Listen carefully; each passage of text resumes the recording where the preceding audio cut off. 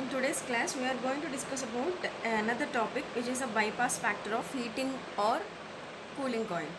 So before going to know this, you have already discussed about sensible cooling and sensible heating concept. So I will again remind you the concept here. Okay, this is a sensible cooling. So in the sensible cooling, we are having a closed chamber, so through which the air will be entered into it, and that will be drawn. And here at the center you are observing a cooling coil, so which is having the TD3 temperature. Here 1 and 2 are the inlet and outlet temperature of the air, and this is the air that passes through the cooling coil, which is having the temperature T3. Okay, so in this TD1 and TD2 are the air temperatures, and TD3 is the cooling coil temperature. Here 1 and 2. So when we are comparing the numerical values of the TD1 and TD2, here the TD1 temperature is more because we are requiring we are having the requirement of cooling here. So that's why the inlet temperature is more when compared to the outlet temperature of the air. Here the cooling coil temperature is TD3, which is having a very less value when compared to the inlet and outlet temperatures of the air. Okay, so this is about sensible cooling. So here in the sensible cooling, what we are having a parameter that there is no change in the humidity of the system. So this was explained in the psychrometric chart. So in this, the temperatures are reduced from TD1 to TD2. So this is the inlet and this is the outlet temperature. So this is our starting point, this is our required point. Okay, and TD3 you are observing a point that is very less when compared to the 1 and 2. Okay, so during this process you are observing another parameter. Here the specific humidity of the process is specific humidity throughout the process is constant. Means at the point 1 and at the point 2 the humidity should not change. So that's why specific humidity should be maintained constant. So such a parameter is having a very important role for the sensible cooling. So that's why its name will be sensible cooling here. So otherwise we can call it as simply cooling.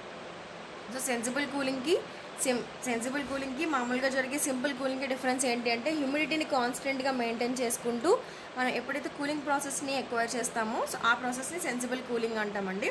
So దీనికి సంబంధించిన relations తీసుకుంటే here the cooling coil temperature is very less compared to the inlet temperature of the air and outlet temperature of the air. This is a very important parameter to be remember.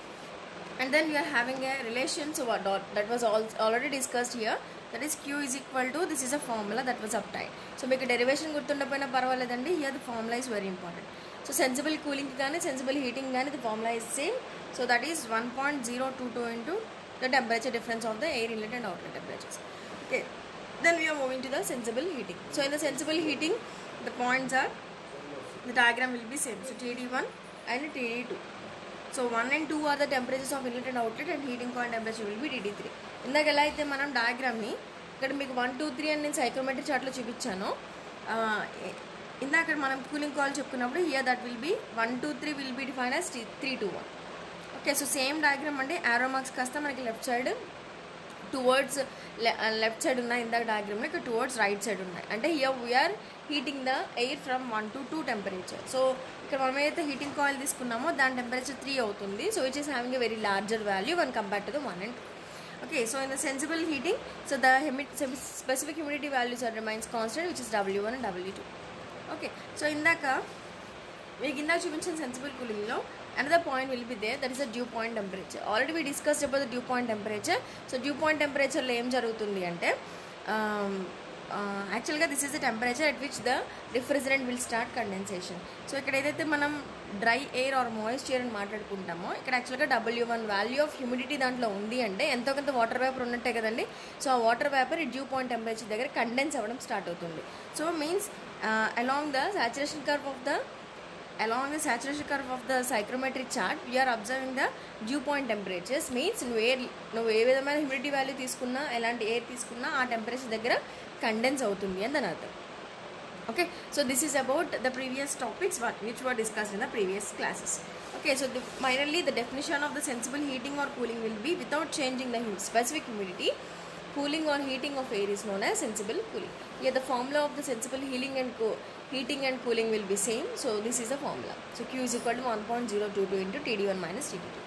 అయితే ఇక్కడ మళ్ళీ topic నేను ఎందుకు మీకు remind చేస్తున్నాను అంటే, so in this we're going to discuss about the in this topic we are going to discuss about the bypass factor. So ఇక్కడ bypass factor అంటే ఏంటి? It's a very new term అండి.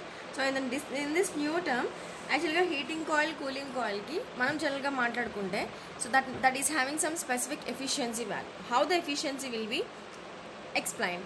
So and యాక్చువల్గా efficiency అంటే మనం చెప్తామంటే ఎప్పుడు మీకు చెప్పే ఎగ్జాంపులే. So if the heater or here I'm talking about the heating coil only. So ఇప్పుడు ఒకవేళ హీటర్ని మనం తీసుకెళ్ళేదన్న ఒక క్లోజ్డ్ వాల్యూమ్లో కానీ వాటర్ బకెట్లో కానీ ప్లేస్ చేసినప్పుడు if it is having a 100 or 120 degree centigrade, ఈ 120 డిగ్రీ సెంటిగ్రేడ్ని 100% మనం తీసుకున్న వాటర్కి అది ట్రాన్స్ఫర్ చేయలేదు ఆర్ ఎయిర్కి ట్రాన్స్ఫర్ చేయలేదు. So that's why means we're getting less than 100% efficiency for any other coils. So ఎందుకు అలా జరుగుతుంది? సో ఈ పారామీటర్ని మనం ఎలా డిఫైన్ చేసుకుంటాం అంటే the inability of any coil so which is a heating or cooling. So ఈ కాయిల్స్ని మనం ఎలా డిఫైన్ చేసుకోవాలి? ఇనెబిలిటీ మీన్స్ దాని యొక్క లాస్ని మనం ఎలా డిఫైన్ చేయాలనే దాన్ని మనం బైపాస్ ఫ్యాక్టర్తో ఇక్కడ డిఫైన్ చేస్తున్నాం. ఇదంతా ఎక్స్ప్లెయిన్ చేయడం కోసం ఏదైనా సరే ఇక్కడ మీరు గుర్తుపెట్టుకోవాల్సిన పాయింట్ ఏంటంటే here I'm talking about this as coil. So this as coil. For example if it is a heating coil, మీరు ఇక్కడ చూస్తున్నది హీటింగ్ కాయిల్ అయి ఉంటే air inlet air outlet. So air inlet outlet కంటే హీటింగ్ కాయిల్ అయితే దీని temperature ఎక్కువగా ఉంటుంది. Here TD3 is more when in case of heating coil TD3 is more when compared to TD2. So whereas when it is cooling coil, so cooling coil అయితే then TD2 is more when compared to TD3. Okay, so ఇలా మనం heating coil cooling coil టెంపరేచర్స్ని మనం define చేసుకుంటాం. అయితే ఇప్పుడు bypass factor define చేసుకోవడానికి explain చేసుకోవడానికి here I'm going to take 1 kg of mass. ఒక 1 kg ఆఫ్ ఎయిర్ని నేను తీసుకుంటున్నాను. యాక్చువల్గా 1 kg ఆఫ్ ఎయిర్ మొత్తం ఈ సిస్టంలో నేను ఎంటర్ చేస్తున్నానండి. ఇక్కడ మీరు అబ్జర్వ్ చేస్తుంటే 1 kg of air inlet so which is having temperature of TD1. Okay, so ఈ టెంపరేచర్ ఆఫ్ ఎయిర్ని మనం దీనిలో పంపించినప్పుడు here I'm having some mass of air. ఒక సబ్స్టెన్స్ని తీసుకున్నానండి. సో ఇక్కడ నేను ఒక చిన్న అబ్స్ట్రక్షన్ ప్లేస్ చేసుకున్నాను. సో యాక్చువల్గా ఎప్పుడైతే 1 kg ఆఫ్ ఎయిర్ని మనం లోపలికి మీకు ఇందాక నేను ఒక పాయింట్ చెప్పాను. If the coil is having 120 degrees temperature, so 120 degrees temperature ఎయిర్కి పూర్తిగా యూటిలైజ్ చేసుకోలేకపోతున్నాం. ఎయిర్తో యూటిలైజ్ చేసుకోవట్లేదు అంటే there is some loss. So how the loss will be అంటే కొంత అమౌంట్ ఆఫ్ ఎయిర్ అనేది that was not affected by the heating coil. Here some amount of air is not at all affected by the heating coil. So అది మనకి తెలియాలి అంటే first of all you have to bypass the air from the coil. So coil దగ్గర నుంచి మనం కొంత amount of ఎయిర్ని మనం ఇక్కడ బైపాస్ చేసుకోవడం కోసం టోటల్గా నేను 1 kg ఆఫ్ ఎయిర్ని నేను ఈ క్లోజ్డ్ వాల్యూమ్లోకి పంపిస్తూ ఉంటే దాంట్లో x kg ఆఫ్ ఎయిర్ని నేను బైపాస్ చేస్తున్నాను. ఇది బైపాస్ చేయాలంటే మధ్యలో ఒక అబ్స్ట్రాకిల్ పెడితే ఆటోమేటిక్గా పక్క నుంచి వెళ్ళిపోతుంది. మీ అందరికీ ఇది ఐడియా ఉంటుందండి. ఒక ఫ్లో ఆఫ్ వాటర్ వెళ్ళిపోతుంది అనుకో, ఒక రివర్లో కానీ దేంట్లో కానీ వెళ్ళిపోతుంది అనుకో, దాంట్లో మనం అడ్డంగా ఏదైనా పెట్టామనుకోండి ఆటోమేటిక్గా ఏమవుతుంది that will try to escape through is. దీని నుంచి ఎస్కేప్ అయ్యి పక్క నుంచి వెళ్ళిపోవడానికి ట్రై చేస్తుంది. సో దానికోసమే ఈ ప్యాసేజ్కి నేను అడ్డంగా ఒక ఆబ్స్ట్రాకిల్ని సబ్స్టెన్స్ని ప్లేస్ చేసినప్పుడు here among 1 kg x kg of air will B బైపాసెస్ which is having the TD1 temperature. ఎందుకంటే ఇక్కడ TD1 టెంపరేచర్తో ఉంది కాబట్టి TD1 టెంపరేచర్తో వెళ్ళిపోయింది. 1లోంచి x అమౌంట్ బయటకు వెళ్ళిపోయిందంటే ఎంత అమౌంట్ ఆఫ్ ఉంటుందండి? So 1 minus x kg of air will be there. This 1 minus x kg of air will passes through the coil. So at this point what will happen? Actually 1 minus x amount of air దీని నుంచి pass అవుతుంటే that may get TD3 temperature. అది TD3 temperature తీసుకురాగలదు. ఇక్కడ నుంచి x amount of air వస్తుంది which is having the TD1 temperature. ఈ రెండు కలిసి TD3 టెంపరేచర్ TD1 టెంపరేచర్ రెండు కలిసి మళ్ళీ బయటకు వచ్చేస్తాయి. మళ్ళీ 1 kg ఎందుకు అయింది? దీంట్లో 1 minus x kg వస్తుంది, ఈ పైనుంచి x వస్తుంది కాబట్టి by adding 1 minus x with plus x will cancel అయిపోతాయి కాబట్టి 1 kg of air will be drained from the system which is having the different temperature other than TD1 and TD3, that is TD2. So TD1తో TD3తో compare చేస్తే TD2 temperature అది acquire చేస్తుంది. Okay, so this is about the schematic structure of this one. అయితే ఇక్కడ మీ అందరికీ doubt రావచ్చు ఎలా అంటే here how the amount of air that bypasses or the amount of air that bypasses depends on which factors. A factors మీద depend అయి ఉంటుంది. ఇది బయటికి ఇలా వెళ్ళిపోతుందంటే మరి ఇది ఇలా వెళ్ళొచ్చు, అసలు ఇది ఎలా ఎఫెక్ట్ అవుతుంది, ఈ బైపాస్ ఫ్యాక్టర్ అనే కాన్సెప్ట్ నువ్వు ఎలా డిఫైన్ చేస్తున్నావు అంటే, ఇక్కడ బైపాస్ ఫ్యాక్టర్ అంటే ఏదో కాదండి. This bypass factor is nothing but the amount of air that was not affected by the coil. ఈ కాయిల్ టెంపరేచర్తో ఎఫెక్ట్ అవ్వని మాస్ ఆఫ్ ఎయిర్నే మనం బైపాస్ ఫ్యాక్టర్ అంటాం. Okay, so which is nothing but X.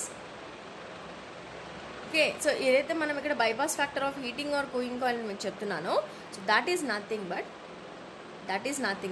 Here that is amount of X. Okay, so మీకు ఇందాక నేను చెప్పినట్టే బైపాస్ ఫ్యాక్టర్ వల్ల యూజ్ ఏంటి అంటే, that is explaining about the inability of the కాయిల్లో ఎంత లాస్ వస్తుంది అని కరెక్ట్గా మనం క్యాలిక్యులేట్ చేయడం కోసం మనం యూజ్ చేసుకునే ఫ్యాక్టర్. ఓకే, సో నౌ ఇది అసలు ఇఫ్ దేని మీద డిపెండ్ అయి ఉంటుంది. ఓకే, ఆ పాయింట్ నేను చెప్తాను. These are the factors that was affected. So this is the amount of air bypasses or bypass factor, which is depends on number of fins provided in a unit length. So unit length లో number of fins provided ఉన్నామంటే that is nothing but the pitch of the coil. So pitch అంటే మనందరికీ తెలుసు కదండి, ఎన్ని fins ఉన్నాయి. ఇప్పుడు మనం ఎగ్జాంపుల్ ఇంత కాయిల్ తీసుకోవచ్చు, ఇప్పుడు డయాగ్రామ్లో చూసి తీసుకోవచ్చు. అంటే కాయిల్ ఇక్కడ నుంచి ఇక్కడికి ఉండొచ్చు, ఆర్ ఈ డిస్టెన్స్లో ఉండొచ్చు, లేకపోతే డిస్టెన్స్లో ఉండొచ్చు. సో దీన్ని బట్టి మనం కాయిల్ లెంత్ అలాగే కాయిల్లో ఎన్ని ఫిన్స్ ఉన్నాయి, ఓకే, ఎన్ని ఫిన్స్ ఉన్నాయి అనేది. నెక్స్ట్ అలాగే number of rows in a coil, ఇది direction of flow. So number of coils ఎన్ని ఉన్నాయి, అలాగే నెంబర్ ఆఫ్ ఫిన్స్ ఎన్ని ఉన్నాయి. నెక్స్ట్ అలాగే velocity of flow of air, దీంట్లోంచి ఎంత ఫాస్ట్గా ఎయిర్ ఫ్లో అవుతుంది. ఈ 3 పారామీటర్స్ మీద ఈ బైపాస్ ఫ్యాక్టర్ అనే పాయింట్ మనం ఇక్కడ డిఫైన్ చేసుకోవచ్చు. So this is a very important one అండి. What are the factors which affects the bypass factor is nothing but okay, the amount of air which bypasses or bypass factor depends on the number of fins provided in a unit length or the pitch of the coil fins. Alage number of rows in a coil in the direction of the flow. Alage the velocity of the flow of air. Okay, ante నువ్వు తీసుకున్న కాయిల్కి ఎంత pitch ఉంది, pitch అంటే తెలుసు కదండి, కాయిల్కి మధ్య ఉన్న distance. అలాగే number of rows in a coil, ఎన్ని రోస్ ఉన్నాయి, అలాగే వెలాసిటీ ఆఫ్ ఎయిర్. ఈ 3 ఫ్యాక్టర్స్ మీద మనం ఈ బైపాస్ ఫ్యాక్టర్ ఎఫెక్టెడ్ పాయింట్స్ మనం చెప్పచ్చు. Okay, so now moving to this. యాక్చువల్గా ఈ బైపాస్ ఫ్యాక్టర్ అనేది ఈ 3 పాయింట్స్ మీద డిపెండ్ అయి ఉంటుందని చెప్పాను కదా. సో దీని గురించి మనం ఏం చేస్తామంటే, we're going to balance the enthalpies of the system. So enthalpies కనుక మనం బ్యాలెన్స్ చేసుకున్నాం అనుకో, యాక్చువల్గా ఎనర్జీ బ్యాలెన్స్, అలాగే హీట్ బ్యాలెన్స్, లేకపోతే మాస్ బ్యాలెన్స్ అంటాం. ఇక్కడ ఎంథాల్పీ బ్యాలెన్స్ చేస్తున్నాం. ఎంథాల్పీ అంటే బ్యాలెన్స్ చేయాలంటే ఏం వేసుకోవాలి, సిపి ఇంటూ టెంపరేచర్ అని వేసుకోవాలి. అయితే ఎంథాల్పీ మీ అందరికీ తెలుసు కదండి, H is equal to specific heat into temperature అని వేసుకోవచ్చు కదా. నేను ఎంథాల్పీ బ్యాలెన్స్ అంటే నేను సిపి ఇంటూ టెంపరేచర్ వేసుకుంటున్నాను. సో సిపి ఇంటూ టెంపరేచర్ వేయాలంటే మనకి 2 పాయింట్స్ ఇక్కడ నోట్ చేసుకోవాలి. సో అదేంటి అంటే, ఈ కాయిల్ ఉంది కదండి, మొత్తం ఈ సిస్టమ్ ఉంది కదండి, సిస్టమ్కి ఇన్లెట్ అవుట్లెట్. ఇన్లెట్ తీసుకుంటే ఏమవుతుంది, 1 kg ఆఫ్ ఎయిర్ లోపలికి వస్తుంటే 1 - x దీంతో ఎఫెక్ట్ అవుతుంది, x ఇటు వెళ్తుంది, ఈజ్ ఈక్వల్ టు ఫైనల్గా ఇది వస్తుంది. మొత్తం సిస్టంలో ఎంటర్ అవుతున్నప్పుడు ఇన్లెట్ ఈ 2 షేర్ చేసుకుంటున్నాయండి. ఇన్లెట్ ఎయిర్ని 2 షేర్ చేసుకుంటున్నాయి. Means 1 - x amount of air will be there which is having the CP value and which is having the TD3 temperature. అలాగే ఇంకో పార్ట్కి వచ్చేసరికి x amount of air CP ఉంటుంది, సిపి స్పెసిఫిక్ హీట్ ఉంటుంది, అది TD1 టెంపరేచర్తో